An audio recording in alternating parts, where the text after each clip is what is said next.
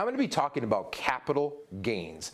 And some people kind of grumble a little bit because guess what? Typically capital gains often generate taxes. I remind you, to my knowledge yet, there's no tax rate greater than 100%. So capital gains are still a good thing, right? It means you're making money. So what is a capital gain?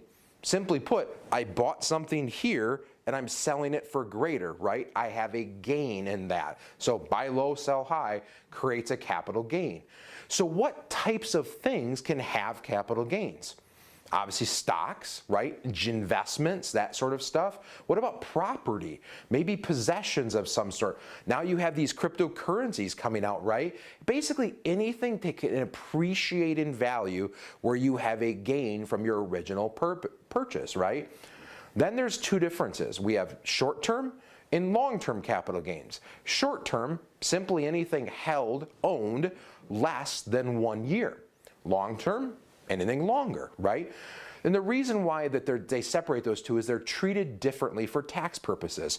Currently, under current tax law, short-term capital gains are basically taxed as ordinary income. It was just like you had extra wages or something like that. It's income.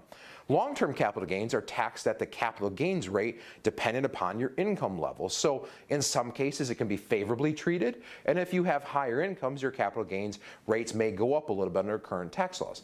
So once again, important to know what two you have, or maybe there's an argument that you may want to hold that longer to fall into that category depending upon your tax situation.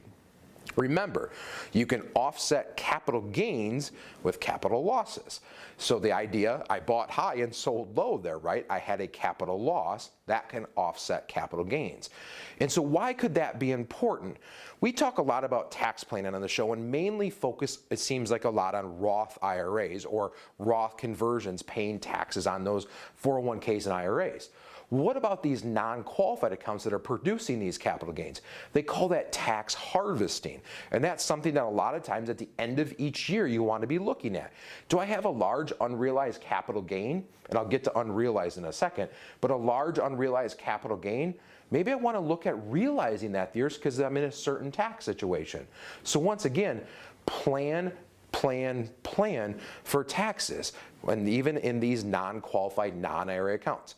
I mentioned unrealized. Basically, you haven't sold it yet. You have something you bought low, it's appreciated in value, and now it's worth more, but you haven't sold it. You haven't realized those gains yet, so therefore you don't have taxes owed yet. So that would be those positions that potentially consider tax harvesting. Inheriting something with capital gains. Boy, that could be tricky, right? Right now under current tax law, there's some favorable things with step up in benefits, step up in capital gains, so you may be a better tax situation, but be cautious, that may be changing and something to be keeping an eye on. Remember, IRAs don't have capital gains because you're deferring the growth, and when you take out of your IRA, it's all considered income. Hope that was valuable, folks. If you have accounts like this, give us a call. We'd love to walk through and see if there's strategies that may be able to put you in a better position so you can keep more in your pocket.